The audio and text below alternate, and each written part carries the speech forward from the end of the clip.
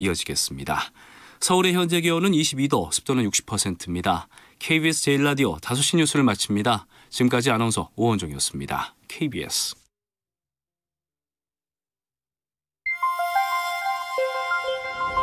대한민국 중심 채널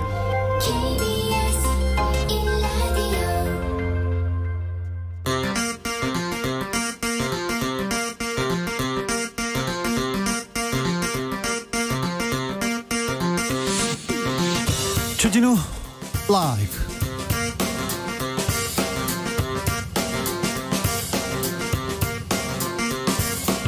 (2020년 9월 30일) 수요일입니다. 안녕하십니까, 주진우입니다. 코로나가 귀성 풍경도 확 바꿔놨습니다. 고속도로 기차역 한산합니다. 그런데 공항은 북적이네요. 정치인들이 기차역에서 귀성 인사하는 모습 올해는 볼 수 없습니다. 대신 국민의힘 의원들은 오늘도 거리에서 대한민국 대통령을 애타게 찾고 있습니다. 그분 청와대에 계신데요. 오늘 청와대에 계신 문 대통령은 국민들께 추석 인사 전했습니다. 평범하고 소중한 날들이 꼭 돌아올 것이라는 소원 전했습니다.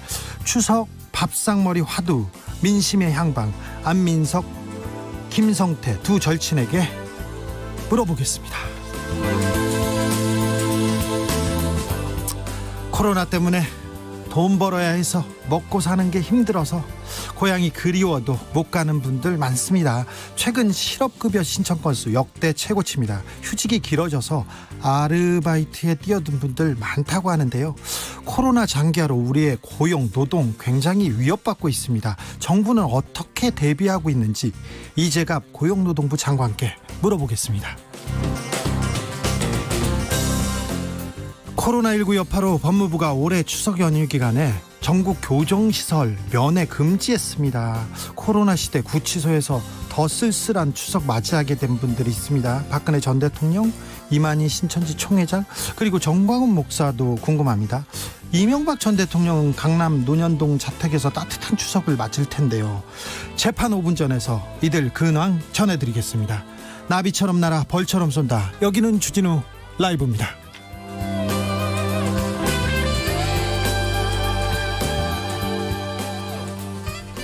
오늘도 자중자애, 겸손하고 진정성 있게 여러분과 함께 하겠습니다. 추석 연휴 첫날 어떻게 보내고 계십니까? 추석이 별거냐, 우리에겐 그냥 일상이다, 이런 분도 있고요. 어떤 이에게는 명절이 가장 외롭고 쓸쓸하고 우울한 날들이기도 합니다. 취업 준비 중인 청년들 굉장히 어려울 거고요. 고3 수험생들, 장수생들, 어이구 힘들죠. 아르바이트생들, 외국인 노동자들, 홀로 사시는 분들, 이분들 어려울 텐데 응원의 마음 전합니다. 추석, 나홀로 추석 보내서 외롭고 힘들다, 내가 제일 우울해, 그런 분들 저한테 문자 보내주십시오. 저는 친한 친구들끼리 모여서 이런 얘기도 합니다. 그러면 나 우울해 하면 그 옆에서 제 친구가 내가 더 우울해 하면서 우울 배틀을 시작해요. 그리고 이 우울 배틀은 가난 배틀로 이어집니다. 강풀 만화가는요, 내가 어렸을 때 신문 돌렸을 때 얼마나 힘들었는지 알아? 얘기하면 옆에서 김제동은 막노동할 때 나 얼마나 힘들었는데, 그럼 류승환 감독은 옆에서 내가 동사무소에서 배급받을 때 임대 아파트에서 살다 그때 그 배고픔 모르지 얘기하다 보면 조금 나아져요. 그러니까 우울한 분들 이쪽으로 메시지 주십시오. 그러면 저희가 더 우울한 사연을 드리지는 않고요. 자, 응원의 메시지 보내드리겠습니다. 이번 추석 연휴 어떻게 보내시는지요? 저희한테 오십시오. 주진우 라이브가 생방송으로 맞이해드리겠습니다. 그래서 그 우울함 같이 나눠드리겠습니다. 샵 9730, 짧은 문자 50원, 긴 문자는 100원입니다. 콩으로 보내시면 무료입니다. 그럼 오늘 순서 시작하겠습니다.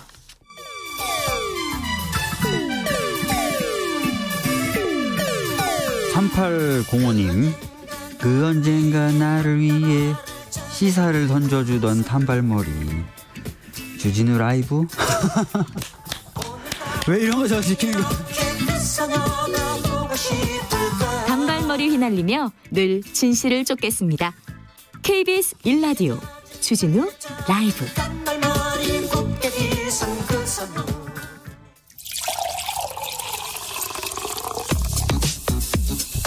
진짜 중요한 뉴스만 쭉 뽑아냈습니다. 주 라이브가 뽑은 오늘의 뉴스 주스.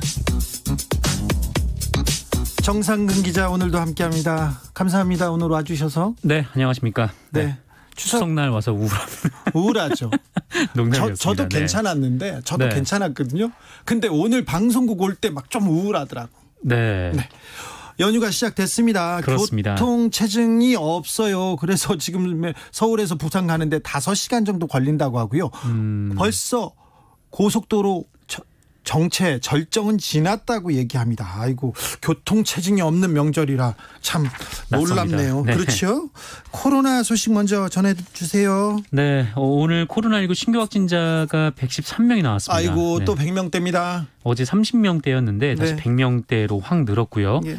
이 지역 발생 확진자가 93명이나 나왔는데 서울에서 51명, 경기도가 21명, 인천이 4명으로 수도권에서 76명이 나왔습니다. 아이고, 저는 서울 도봉구 병원 집단 감염 그거 무섭더라고요. 네. 이 서울 도봉구 창동에 소재한 정신과 전문병원인 다나병원에서 집단 감염이 발생을 했습니다. 어제 입원 환자 2명이 확진된 데 이어서 전수조사를 벌인 결과 오늘 28명이 추가 확진이 됐습니다. 모두 입원 환자이고요. 이 종사자들은 음성 판정을 받았습니다. 예. 그리고 방역당국은 병원 전체에 코호트 격리 조치를 내렸고요. 이에 따라 환자와 의료진 모두 외부와 격리가 된 상황입니다. 추석에 이렇게 귀성하거나 귀경하는 사람들 중에 코로나 확진자가 나올까 봐 저는 그게 걱정되는데. 좀 우려가 됐던 상황인데요. 서울에서 부산으로 귀성한 이 귀성객 1명이 코로나19 확진 판정을 받았습니다. 관악구 382번 확진자의 접촉자인데요. 추석을 맞아서 본가에 왔다가 이 증상 발현으로 검사를 받고 확진 판정을 받았습니다. 그리고 경기도 성남시의 한 방위산업체에서도 코로나19 확진자가 누적 10명이 나왔는데요. 이 감염 경로는 아직 모릅니다. 서울에서 부산 귀성한 사람, 부산에서 서울 오거나 지방으로 간 사람, 이분들이 굉장히 안타깝지만 사랑하는 가족들, 사랑하는 이웃에게 코로나를 선물할 수도 있다는 거 이번 추석 때는 꼭 명심하셔야 됩니다. 네네. 오늘 문재인 대통령이 추석 인사 전했습니다. 네. 이 문재인 대통령과 김정숙 여사가 그 영상 메시지를 통해서 추석 인사를 전했습니다. 네. 이 문재인 대통령은 어려운 시절에 추석을 맞았다라면서 이 많은 분들이 만남을 뒤로 미루게 됐지만 평범하고 소중한 날들이 우리 곁에 꼭 돌아올 것이다라고 말을 했습니다. 그러면서 각자의 자리에서 불편을 참아주신 덕분에 우리 모두 조금씩 일상을 되찾아가고 있다라면서 이 정부는 방역에 성공하고 경제를 지켜서 어려움을 견뎌주신 이 국민들께 반드시 보답할 것이다라고 약속을 했습니다. 김정숙 여사는 뭐라고 하셨어요? 네, 어디에 계시던지 우리의 마음이 함께하고 있는 한 이 다음 명절에는 기쁨이 2배가 될 것이다라면서 이 한가위만큼은 몸과 마음 모두 평안하시고 하루하루 건강과 희망을 키워주시길 바란다라고 전했습니다. 네, 평범하고 소중한 날들이 우리 곁에 꼭 돌아올 것이다. 참 명절 때 부모님들이랑 가족들 한번 모이는 게 이렇게 네. 소중할 줄이야. 평범한 일상이 이렇게 그리울 줄이야 몰랐습니다. 지난 그렇습니다. 설에는 몰랐어요. 지난 추석에는. 자, 평범하고 소중한 날이 오겠죠. 곧 오겠죠. 네. 아이고, 걱정하던 게 또 발생했어요. 아이가 8개월 된 아이인데요. 독감 백신 주사 맞았어요. 그런데 다리에 마비 증상이 왔다네요. 네, 이 전북 전주에서 이 독감 예방 접종을 한 생후 8개월 된 아기가 이 주사를 맞은 다음 날부터 다리가 마비되는 증상이 발생해서 병원 치료를 받고 있습니다. 네. 병원에 입원한 후에 여러 검사를 받았는데 아직 정확한 원인은 나오지 않았다고 합니다. 얼마 전에 그 백신이 상온 노출돼 가지고 네네. 거기에 따른 증상인가요? 그렇지는 않습니다. 이 보건당국은 이 백신이 최근 논란이 된 상온 노출이 의심되는 제품은 아니다라고 밝혔습니다. 다만 이 부작용의 가능성이 있다라고 아이를 치료 중인 대학병원에서도 그렇게 보고 있는데요. 현재 아이는 다행히 이 마비 증상이 조금 나아져서 일반 병실에 옮겨져서 치료를 받고 있는데 전라북도는 이 마비 증상과 이 독감 예방 접종과의 관련이 있는지 어제 오후부터 긴급 역학조사를 벌이고 있습니다. 한편 이 상온 노출이 의심된 이 독감 백신 여기 접종이 지금 중단이 되어 있는데요. 그런데 이전에 맞은 분들이 계십니다. 그래서 몇 분이나 맞았나 이거를 통계를 내고 있는데 많이 늘었습니다. 어제 기준으로 873명까지 늘었습니다. 네. 전북이 279명으로 가장 많았고요. 경북이 126명, 인천이 86명, 서울 70명 등입니다. 네. 네. 그런데 이 문제는 이 그 873명 중에 80%가 병의원에서 예방접종 지침을 위반하고 접종한 사례로 추정이 된다. 이게 무슨 얘기예요? 그러니까 이 해당 접종 물량이 13세에서 18세까지 무료 접종 분량이지 않습니까? 그렇죠. 그런데 이것을 미리 꺼내서 이렇게 유료 접종으로 먼저 가서 맞았군요. 네네. 그렇습니다. 그리고 먼저 이거 돈 된다고 해서 먼저 주사를 놨고요. 네, 그렇습니다. 그래서 유료 백신분은 따로 그 수령을 해서 접종을 했어야 되는데 이 병의원의 이 백신 관리에 문제가 노출이 되고 있습니다. 네, 병의원 잘못된 것 같습니다. 이거 공무원 피살 사건.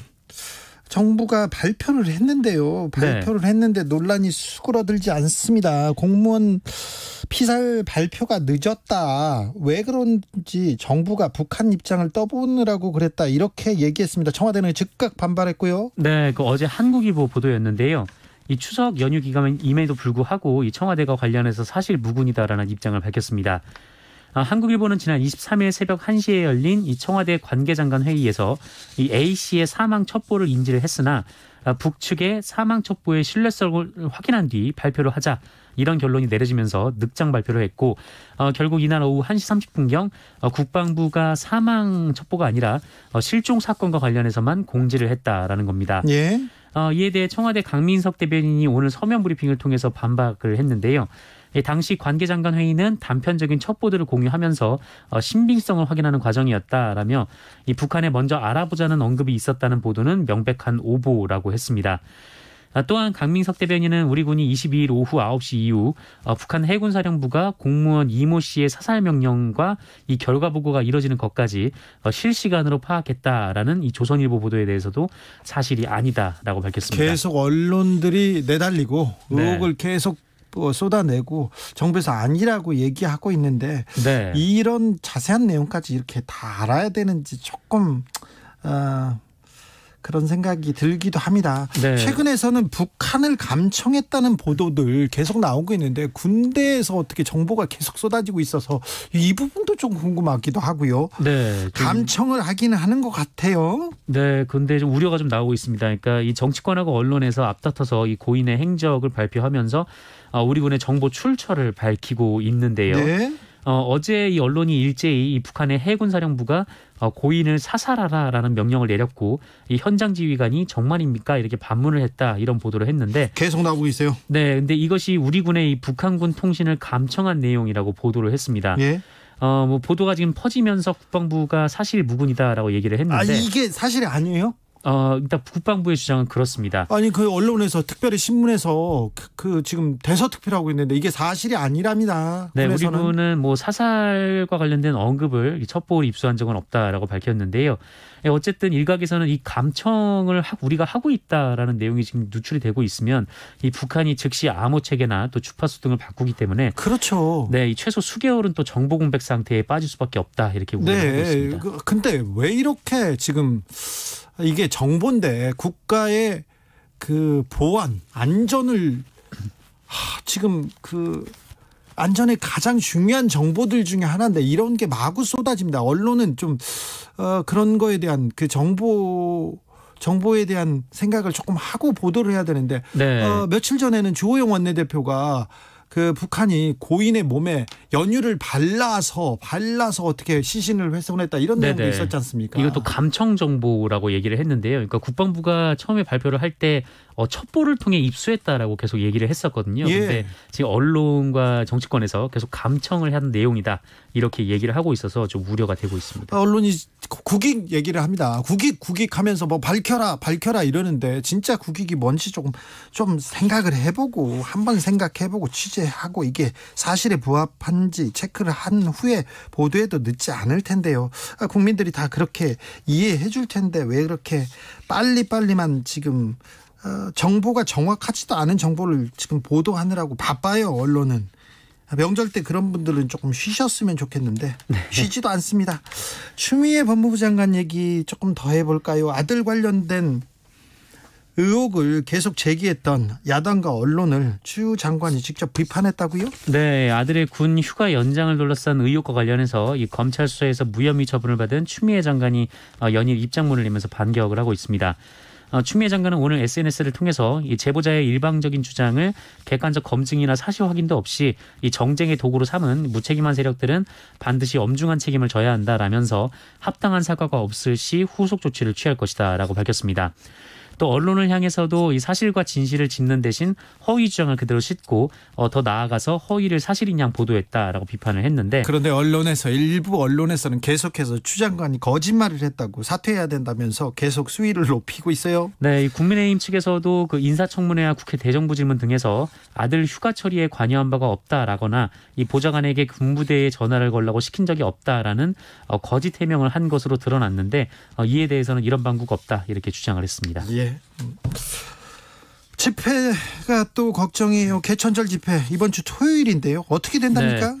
어제 이 법원이 장외 집회 그리고 드라이브스루 집회까지 불허를 했죠. 불허했습니다. 불법 집회입니다. 모이면. 네, 그러자 집단으로 1인 시위를 하겠다라고 얘기를 했습니다. 집단으로 1인 시위하는 게 집회하는 거잖아요. 네, 좀 앞뒤가 안 맞는 얘기인데 어쨌든 뭐 1인 시위는 집회 신청을 하지 않아도 되고 또 집회 금지 구역으로 지정을 해도 1인 시위는 할 수가 있습니다. 합법적인 테두리입니다. 1인 시위는. 네, 8.15 비상대책위원회는 이 전 국민이 광화문 광장으로 와서 각자 1인 시위를 함께 하기로 했다라면서 1인 시위는 법의 테두리 안에 있다라고 밝혔는데 이거야말로 눈 가리고 아웅이잖아요. 그렇죠. 그래서 경찰은 1인 시위를 빙자한 사실상의 불법 집회로 보고 원천 봉쇄한다라는 방침입니다. 네.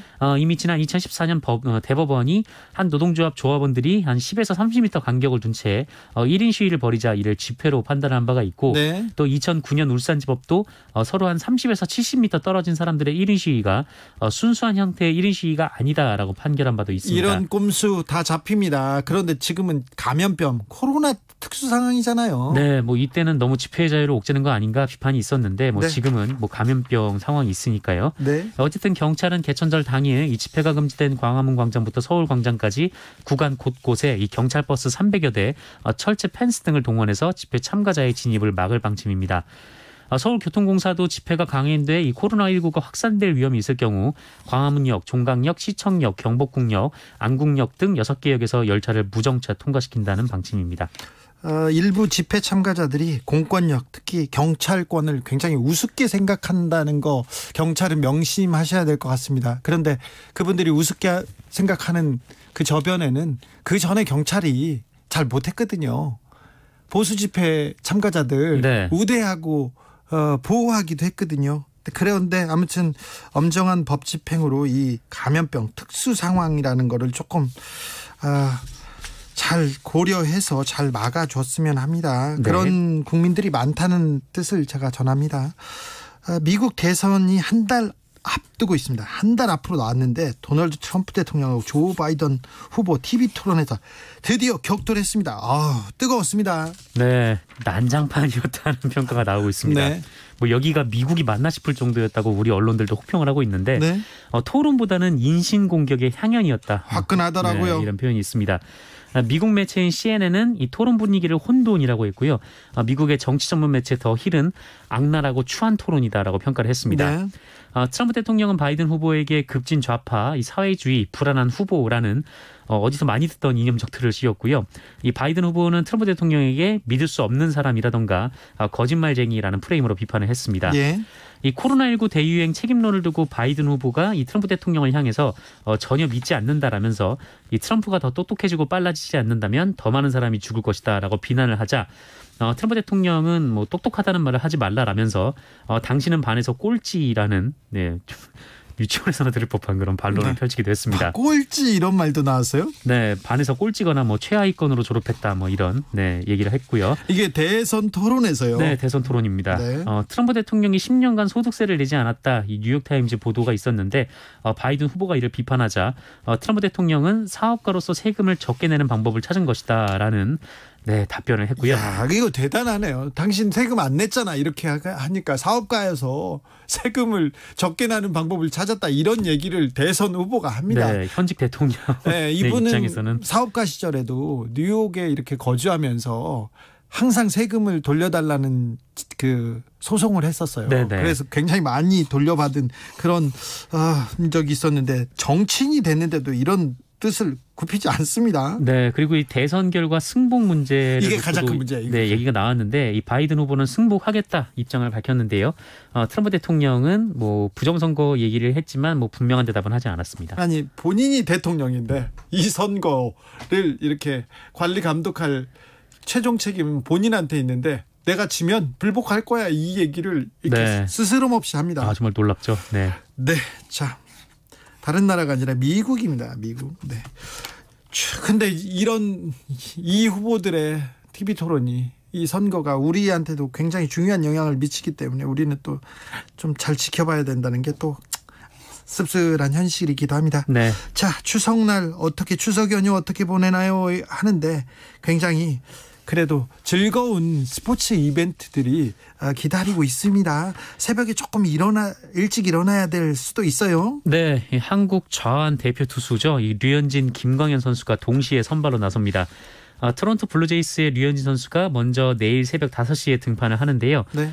오늘 토론토 팀이 아메리칸 리그 1위 팀인 이 템파베이 팀에 졌습니다. 네. 그래서 류현진 선수의 어깨가 무거운 상황인데요. 류현진 선수는 인터뷰에서 등판 순서는 중요한 것이 아니다라면서 무조건 승리한다는 생각으로 준비하고 경기에 임할 것이다라고 말했습니다. 김광현 선수는요? 네, 새벽 6시부터 마운드에 오릅니다. 여기는 5시, 저긴 6시. 네네. 올해 데뷔한 김광현 선수는 이 포스트 시즌 1선발, 그러니까 에이스가 됐습니다. 오, 네. 이 세인트루이스의 쉴트 감독은 김광현 선수가 충분히 자격을 얻었고 충분히 쉬었다라면서 1선발 지목 배경을 밝혔는데요. 메이저리그 첫 포스트 시즌 등판이긴 한데 김광현 선수가 한국에서는 이 가을 야구에 무척 강했던 선수여서 많은 기대를 모으고 있습니다. 지금 손흥민 선수가 폼이 굉장히 좋아요. 지금 맹활약을 보이다가 부상을 당했어요. 그런데 네. 다른 해외파 선수들 출격하지요. 네, 총출동합니다. 이 독일 분데스리가에서는 3일 오후 10시 20분에 권창훈 선수 그리고 정우영 선수의 소속팀인 프라이부르크가 이 분데스리가의 강팀 도르트문트를 만나고요. 4일 새벽 1시 20분에는 황희찬 선수가 샬케 공사팀을 상대로 선발로 나옵니다. 오늘 선발 출전해서 6점의 평점을 받은 이 스페인 프리메라리가의 발렌시아 이강인 선수는 4일 새벽 4시 레알 베티스와의 리그 경기도 출전할 것으로 보이고요. 이 벨기에 리그 3억 골을 노리는 이 신트 트라위던의 이승우 선수는 4일 새벽 3시 35분에 출격할 예정입니다. 네. NBA 농구도 파이널을 시작했습니다. 10월 1일부터 시작한답니다. 스포츠 팬들은 집에서 이렇게 집콕하면서 텔레비전 보시면 좋겠네요. 주스 정상 기자 함께했습니다. 추석 연휴 시작인데 오늘도 감사합니다. 네, 고맙습니다. 추석 인사하시는 분들이 많습니다. 지금 전 부친다는 분들도 많은데요. 고요한님, 정상근 기자 추석 연휴에 상근하시네요.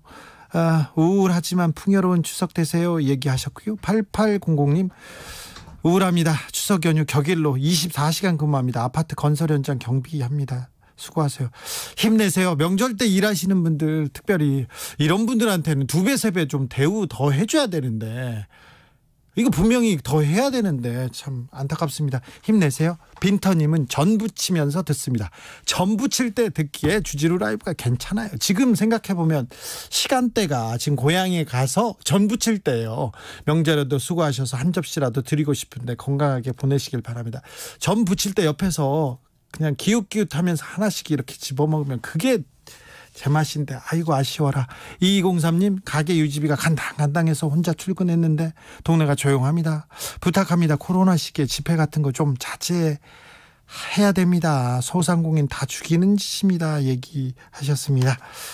네, 힘내세요. 교통정보센터 다녀오겠습니다. 정현정 씨. 네, 시각 교통정보입니다. 추석 연휴 첫날이죠. 현재 전국 주요 도로는 극심한 정체의 절정은 지난 모습입니다. 현재 서울에서 부산까지는 5시간가량이 걸리고 있습니다. 극심한 정체기를 지난 만큼 오후 8시까지는 정체가 상당 부분 해소될 것으로 보이고요. 현재 경부고속도로 부산 방향의 경우 반포에서 서초, 죽전에서 죽전 부분, 옥산 분기점에서 옥산까지 등 총 14km 구간에서 정체화 중입니다. 반대 서울 방향은 수원에서 양재까지 그리고 더 넘어서는 반포까지 총 8km 구간에서 서행하고 있고요. 차들은 별로 없습니다. 서해안고속도로 목포 쪽으로는 서해대교 부근에서 서해대교까지 3km 구간에서 그리고 중부고속도로 남이 방향은 진천터널 부근 3km 구간에서 정체하고 있습니다. 수도권 제1순환고속도로의 상황의 경우에는요. 일산 방향으로 소래터널 부근에서 송내까지 더 가서는 구리 남양 서울요금소에서 상일까지 총 11km 구간에서 차들이 서행하고 있습니다. 구리 방향은 서안함에서 광암터널까지 그리고 서운분기점에서 송내까지 9km 구간에서 정체하는 모습입니다. 오후부터 중부지방 위주로 빗방울이 떨어지고 있습니다. 운전하신다면요. 빗길 교통안전에 유의하셔야겠습니다. 승용차로 서울요금소에서 부산까지 오후 4시 기준으로 5시간이 걸릴 전망입니다. KBS 교통정보센터에서 정현정이었습니다. 주진우 라이브. 지난 1월 20일에 코로나 첫 확진자가 나왔습니다. 그런데 추석 때까지 이어질지는 몰랐습니다. 누구도 몰랐어요. 어느덧 코로나 사태 8개월 넘고요. 코로나 장기화 대비해야 됩니다. 특별히 고용 노동 분야 걱정이 큽니다. 하지만 정부가 대비를 하고 있다는데요. 이재갑 고용노동부 장관에게 물어보겠습니다. 안녕하세요. 네, 안녕하십니까. 코로나가 장기화되면서 고용 실업 문제가 가장 걱정입니다.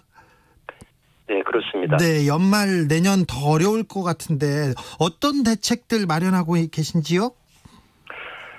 정부에서는 일단 코로나19에 따른 고용 상황의 여러 가지 위기 국면이기 때문에 당면한 위기를 극복한다라는 대책 하나, 두 번째는 근본적으로는 고용 안전망이 확충돼야 되겠다라는 그런 근본적인 대책, 이렇게 두 가지로 접근을 하고 있습니다. 예. 첫 번째 당면한 위기 극복을 위해서는 금년에만 벌써 추경을 4차례 수립을 했습니다. 예.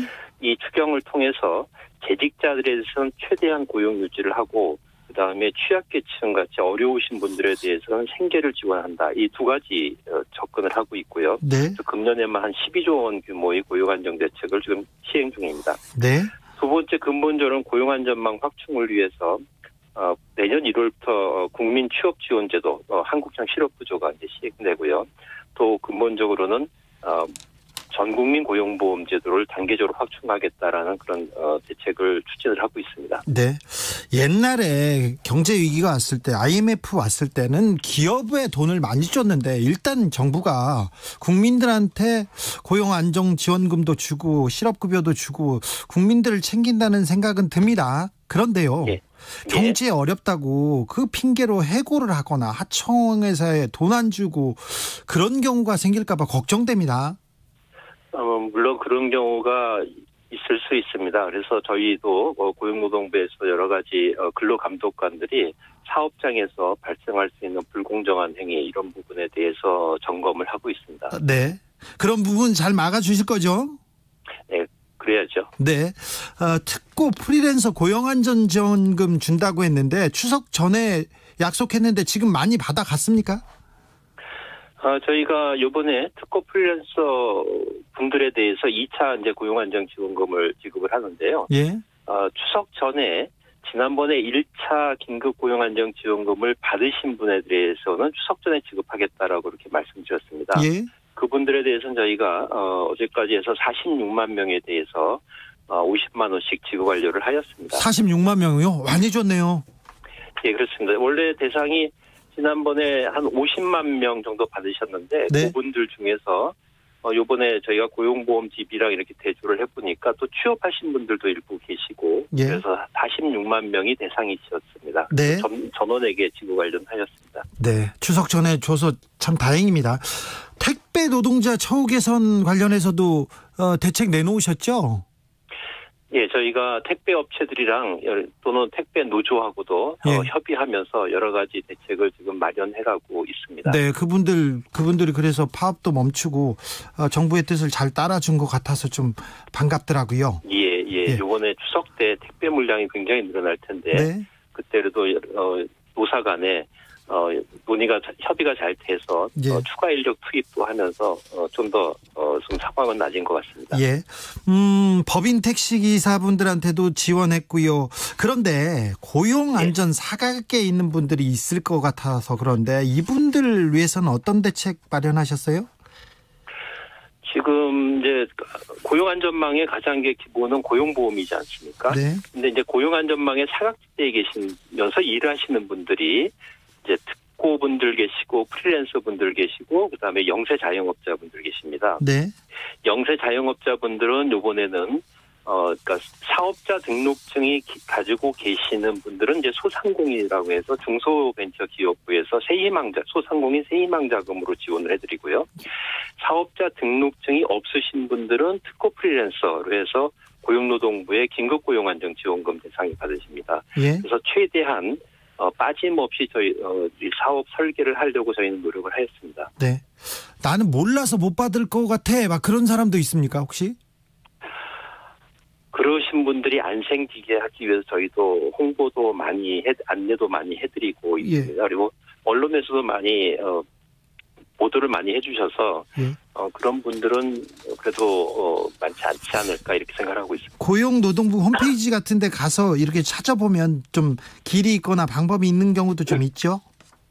예, 고용노동부 홈페이지 또 중소벤처기업도 홈페이지에 들어가 보시면 사업 안내가 돼 있으시고요. 거기에 보면 뭐 복잡하게 하지 않고 카드 뉴스 같은 거 이렇게 들어가 보셔도 기본적인 내용들을 알 수가 있습니다. 코로나 때문에 채용을 좀 축소하는 경향이 있는 것 같은데 구직하는 청년층 어려움 큽니다. 그 청년들을 위한 제도는 어떻게 마련하고 있습니까? 코로나19가 되면서 이제 청년들이 사실은 굉장히 어려움이 큰데요. 네.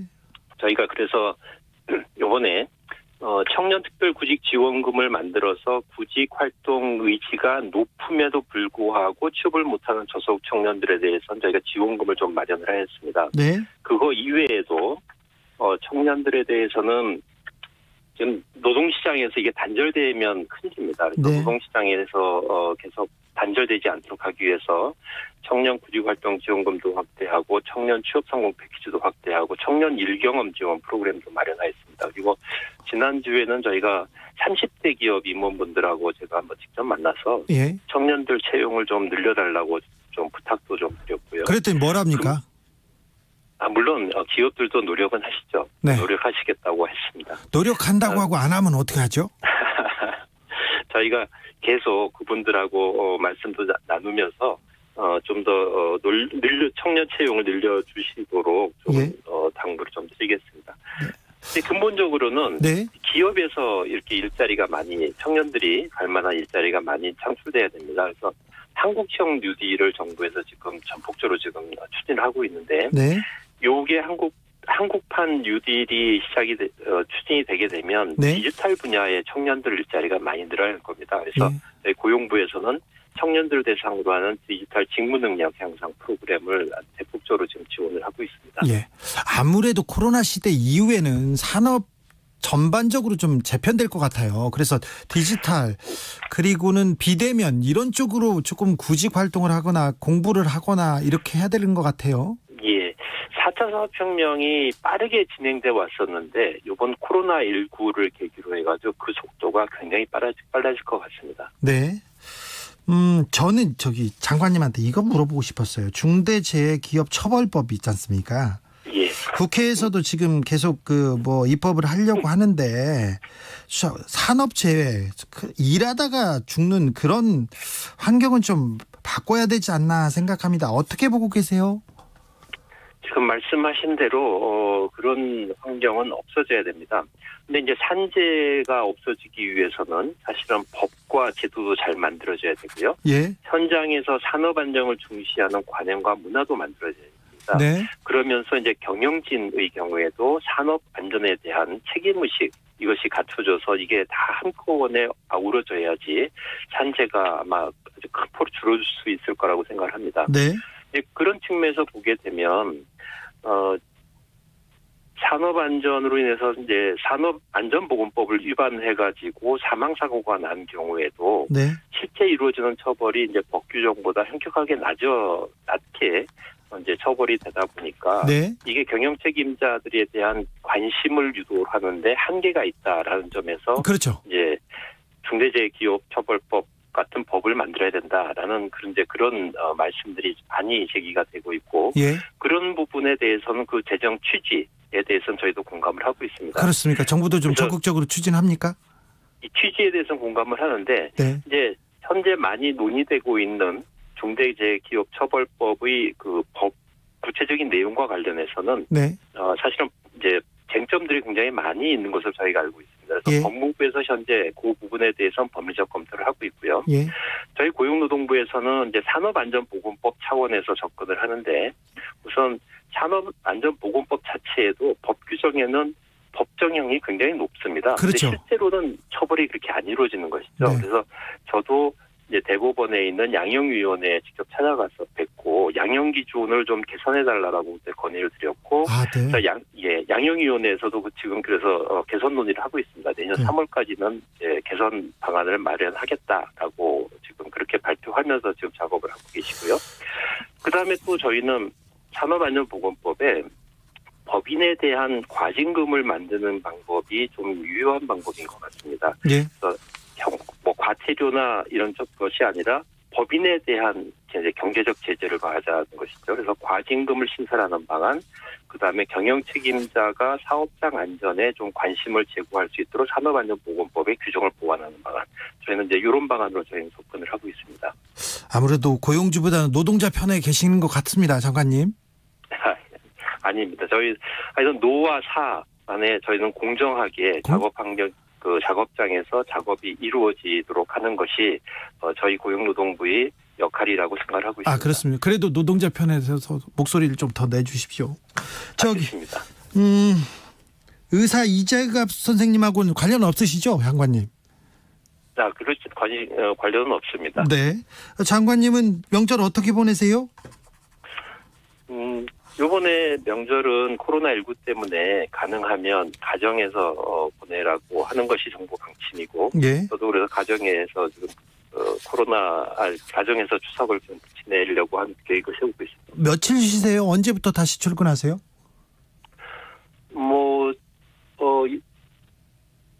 죄송합니다. 이제 말씀 안 추석 연휴 지나고 나면 네. 이제 주말 들어가지 않습니까? 네. 근데 저희는 이제 주말 되면 또 일정이 돌아가기 때문에 네. 주말에는 이제 다시 일을 시작을 해야 됩니다. 추석만 쉬고 바로 일하시네요? 예, 그렇습니다. 자, 고생이 많은데 고생을 더 해달라고 부탁드립니다. 그리고 코로나로 어려움 겪고 있는 국민들한테 한 말씀 해주십시오. 네, 우선 고용 상황이 좋지 않아서 저희가 일자리 주무부처 장관으로 좀 굉장히 마음이 무겁습니다. 그렇지만 저희 최선을 다해서 고용 상황이 빨리 개선될 수 있도록 노력하겠습니다. 국민 여러분 모두 따뜻한 마음을 나누는 명절이 되시기를 바라겠습니다. 네, 지금까지 이재갑 고용노동부 장관이었습니다. 감사합니다. 네, 감사합니다.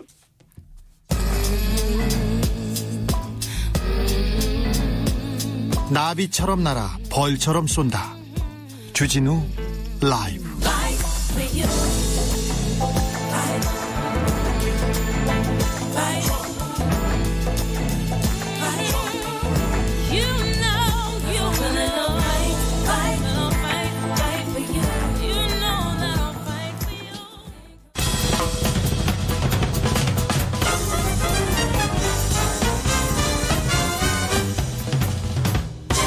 훅 인터뷰.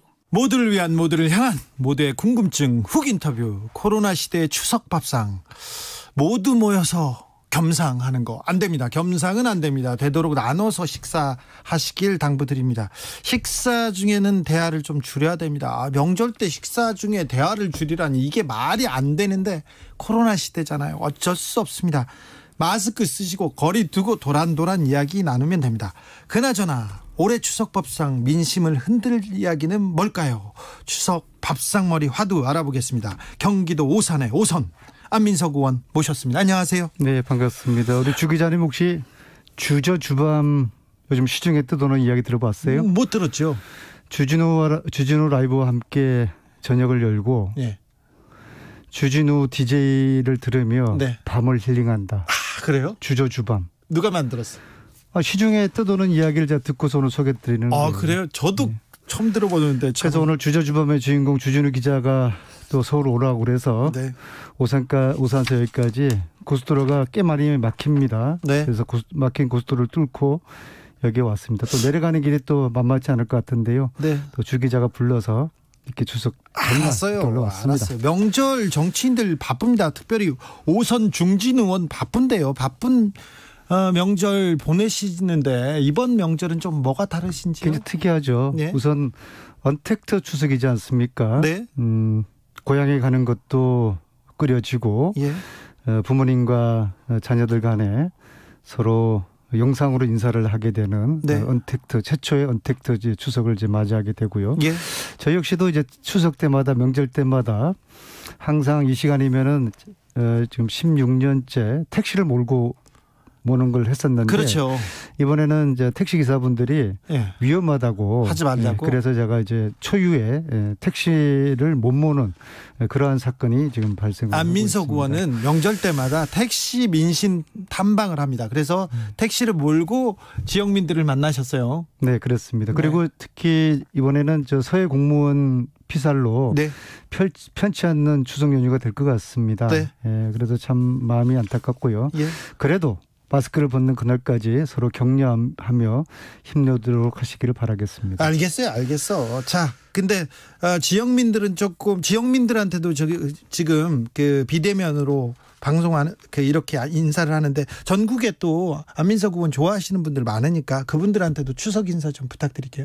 네, 언택트 추석 그리고 서해안 공무원 피살로 편치 않은 추석을 보내지만은 그래도 이제 가족과 함께 마음 따뜻한 그런 추석을 보내시길 바라겠습니다. 당대표 같네요. 인사하는 거 보니까. 네. 자, 안민석 의원이 모든 질문을 가리지 않습니다. 그런데 들어오면서 이 질문은 하지 말아달라고 해서 그 질문부터 먼저 하겠습니다. 최근 며칠 전부터 포털 사이트에 의원님 이름이 많이 올라옵니다. 이분이 범생이거든요. 범생이라는 말이 맞는지 모르겠습니다. 모범생이에요. 천성이도 심성도 착한데 그런데 말도 고분고분한데 욕설하셨어요? 하지 않은 욕을 했다고 일부 언론에서 이야기를 하고 있고 하지 않았어요? 예를 들면 제가 이제 누구하고 예. 문자를 주고받다가 주 기자하고 예. 우리는 뭐 또 사인간에 사적으로 편하게 이야기하는 그럴 수 거지 있죠. 않습니까? 예. 제가 주 기자한테 이렇게 편하게 장난으로 뭐 이렇게 하는 그런 이야기가 그냥 뭐 문자가 잘못 가버린 거예요. 예. 그 하나의 해프닝인데 네. 그걸 가지고 이렇게 안민석 의원은 네. 제가 올해 뵀는데 좀 심성이 유약해가지고요. 남한테 이렇게 그런 소리 잘 못하시는데. 네, 저는 남한테 욕을 한 적이 없습니다. 네. 자, 또 5선 중진인다다가 국회 외통위에서 지금 활약하고 있습니다. 서해 공무원 피살 사건 두고 종전선언을 했으면 이런 사태 막을 수 있었다 이런 발언을 하셨어요. 근데 이게 왜 또 논란이 되는 거죠? 왜 논란이 되죠? 그러게요. 2018년도에 예. 종전선언에 대한 기대가 있었죠. 고조되지 않았습니까? 네. 종전선언이라는 것은 비핵화 논의가 또 돼야 되고 네. 등등의 어떤 북미 관계의 이제 개선이 따르는 것인데 만약에 2018년도에 종전선언이 이루어졌다면 네. 그 꿈 같은 이야기지만은 이러한 서해의 이번에 피살 사건도 이루어지지 않았을 거라는 그런 저희 주장이고요. 네. 이럴수록 종전선언에 대한 기대를 더욱더 우리가 촉발시킬 필요가 있다라는 것이 제가 상임위에서도 주장인데요. 네. 이게 지극히 2008년도에 예. 홍준표 당시 원내대표가 예. 국회 연설에서 네. 박왕자 피살 사건 직후에 이렇게 이야기를 합니다. 이렇게 민간인이 피살될수록 남북 관계가 이렇게 극에 치닫을수록 더욱더 남북 평화와 화해의 길을 열어야 된다. 그래야죠. 그렇게 이야기를 했습니다. 그래야죠. 그때 이명박 대통령도 그런 얘기했죠. 처음이자 마지막으로 올바른 이야기를 하셨는데요. 처음이자 마지막이에요? 저는 그렇게 생각을 네. 합니다. 예. 그런데 자, 홍준표가 당시에 그런 이야기하는 거는 맞고 예. 안민석이가 이야기한 거는 이게 문제가 됩니까? 홍준표는 맞고 안민석은 틀렸습니까? 아니, 똑같은 취지의 이야기예요. 네. 네. 어둠이 깊을수록 아침이 밝아오는 것이죠. 네. 그래서 이렇게 말도 안 되는 정말 처참하게 우리 민간 공무원이 피살당한 이런 시점에 더욱더 평화의 길을 열어야 된다는 것이 저희 말씀의 취지입니다. 알겠습니다. 5선 중진 안민석 의원님 그래도 홍준표 전 대표 홍준표 의원이잖아요. 자, 그런데 제가 보기에는 그러면 이 지극히 제가 보기에는 크게 무리가 없는데 상식적인 얘기를 하고 있는데 보수 언론에서 안민석을 좀 견제하는 것 같습니다. 안민석 의원을. 그렇죠? 왜 그럴까요? 특히 제2로 시작되는 그 언론에서 저에 대한 너무 너무 관심을 과하게 보여주셔서 네. 제가 부담스러운 측면이 강해요. 요새 네. 그래도 그럼 맹활약하고 있는 것 같은데요, 어디서? 아니 그 저에 대한 부담을 기대와 관심을 꺼졌으면 좋겠는데요. 네. 저는 그냥 묵묵하게 하루하루 주 기자가 뭐 하루살이라냐고 비하냐 그릴 만큼 하루하루 열심히 그 생활하는 의정활동하는 그러한 초선 같은 오선 의원으로서 열심히 하려는 사람인데요. 알았어. 겸손 안민석 의원. 너무 모 언론에서 지나치게 저에 대해서 관심을 많이 갖는 것 같습니다. 관심을 좀 꺼주십시오. 자, 그러면 그 안민석 의원이 보는 서해 공무원 피살 사건의 본질은 뭐라고 생각합니까? 계속해서 지금 국민의 생명을 구하지 못했다. 대통령 어디 있냐 계속 얘기 나오는데 이 사건의 본질은 뭡니까? 본질 이전에요. 네. 비무장 민간인을 사살했다는 것은 그거는 용납해서는 안 되는 겁니다. 네. 그래서 일단 이 문제에 대한 진상 조사가 필요하고요. 네. 그리고 재발 방지에 대한 이제 대책도 마련돼야 되겠습니다. 단 지금 현재 시신 소각 여부에 대해서 남과 북의 입장이 많이 틀려요. 예.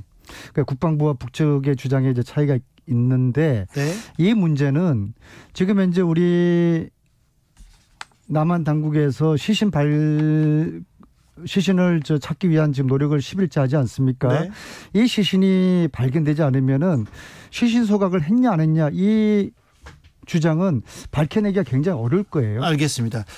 자, 추석 민심을 흔들 이슈는 얘기하는데 안민석 의원과 함께하고 있습니다. 거기에 절친 김성태 전 의원 등장하셨습니다. 인사 나누십시오. 서로. 예, 안녕하세요.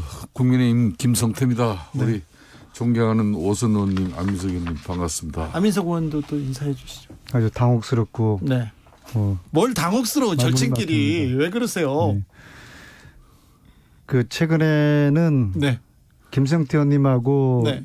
좀 마주치지 않으려고 해요. 왜요? 왜냐 그러면은 제가 그때 말씀드렸어요. 다시 국회의원 되기 전에는 네. 저하고 상종을 하지 맙시다.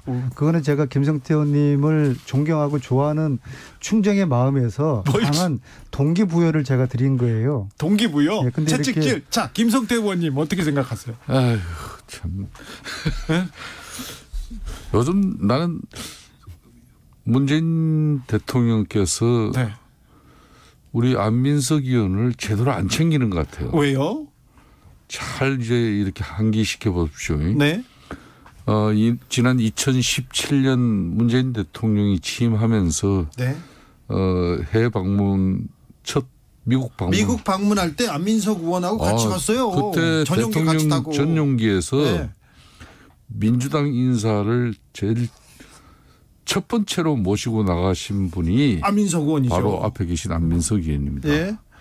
그때 안민석 의원의 모습은 집권당 그러니까 중진 의원으로서 문재인 정부의 성공적인 국정 운영을 위해서 정말 진중하고 또 나름대로 성숙한 그런 의정 활동을 통해서 국정 활동을 뒷받침한다고 애를 쓰는 것 같았는데 네. 문재인 정부에서 제대로 안 챙기는 것 같아요. 아, 그래요? 아니, 예. 그거 대통령께서 저를 챙긴지 안 챙긴지 어떻게 단언하셔요? 그렇기 때문에 요 근래 어떤 미룰 관계가 있는지 요 근래 아세요? 그래서 안민석 의원이 좀 여러 가지 나오는 그런 발언의 행태들이 비단 이건 우리 야권을 향해서 어떤 그런 때로는 공격성 발언이나 또 어떤 좀 상식적이지 못한 그런 발언에 휩쓸리는 그런 모습을 볼 때 좀 안타깝죠. 제가 한 가지 여쭤볼게요. 상식적이죠. 이번에 저 국민의힘에서 네. 민간 공무원 피살 사건을 대통령의 책임이라고 하잖아요. 김성태 의원님도 그렇게 생각하세요? 자, 대통령의 책임이기 이전에 책임은 아니죠. 대통령께서 가장 국민을 중시한다 그랬고 항상 사람을 중요하게 제일 우선에 둔다 그랬잖아요. 그러면 딴 사람도 아닌 대한민국 국민이 실종돼서 표류돼서 그래서 북한 영역에서 발견되어지고 그 내용을 우리 우수한 한미 감청 그러니까 SI가 그 내용을 파악하고 있어서 청와대가 보고가 됐다면은 문재인 대통령께서 만사 제켜두고 그 문제를 신속하게 송환을 요청하는 등 그 표류민의 안전을 위해서 북한 당국에 뭔가 적절한 조치를 취해야 되는데 그런 조치를 취하지 않았기 때문에 문재인 대통령에게 지금 화살이 돌아가는 것은 너무나 당연한 상황이죠, 지금이. 말씀도 하셨죠. 예. 예. 그 지난 수요일 날 새벽 1시에 청와대에서 NSC 회의가 열립니다. 네. 그때는 첩보 조각에 의한 이 피살의 가능성과 또 이게 불탄 게 뭔가에 대한 이 첩보에 대한 해석들을